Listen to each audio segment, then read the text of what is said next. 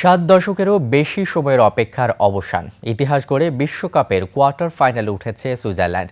ভ্যাঙ্কুভারে শেষ 16 রুদ্ধশ্বাস লড়াইয়ে 120 মিনিটেও গোলের দেখা মেলেনি। এরপর স্নায়ুচাপে টাইব্রেকারে কলম্বিয়াকে 4-3 ব্যবধানে হারিয়ে 1954 সালের পর প্রথমবার শেষ 8 নিশ্চিত করেছে সুইসরা। দুর্দান্ত গোলকিপিং, জমাট রক্ষণ আর অবিশ্বাস্য মানসিক দৃঢ়তায় লেখা হয়েছে নতুন ইতিহাস। বিস্তারিত জানাচ্ছেন মাহফুজ মুকুল।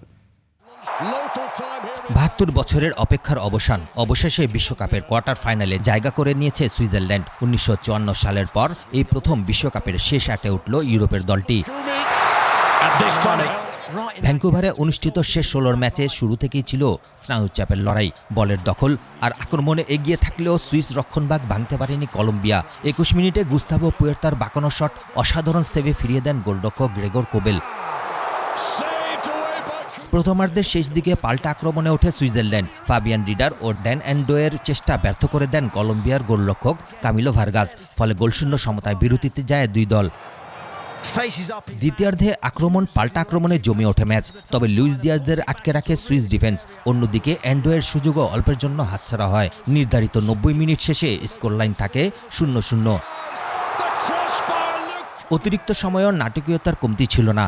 জন লুকুমির হেড ফিরে আসে ক্রসবারে লেগে। শেষ দিকে কাম্পাসের সামনে ম্যাচ জয়ের সুবর্ণ সুযোগ এলেও তা কাজে লাগাতে পারেনি কলম্বিয়ার এই মিডফিল্ডার। ফলে ভাগ্য নির্ধারণের দায়িত্ব যায় টাই ব্রেকারের ওপর।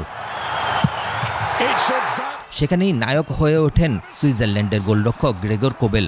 দাভিনসন সানচেজের পর কুচো হার্নান্দেজের গুরুত্বপূর্ণ শটও ঠেকিয়ে দেন তিনি। সুইজারল্যান্ডের হয়ে একমাত্র মিস করেন মানুয়াল আকানজি। তবে শেষ শটে গোল করেন রুবেন ভার্গাস, নিশ্চিত করেন 4-3 ব্যবধানের ঐতিহাসিক জয়।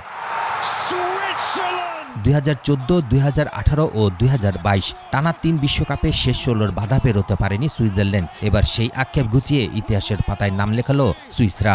এখন সেমিফাইনালের টিকিটের লড়াইয়ে তাদের প্রতিপক্ষ শক্তিশালী আর্জেন্টিনা। মাহফুজ মুকুল, 21 টেলিভিশন।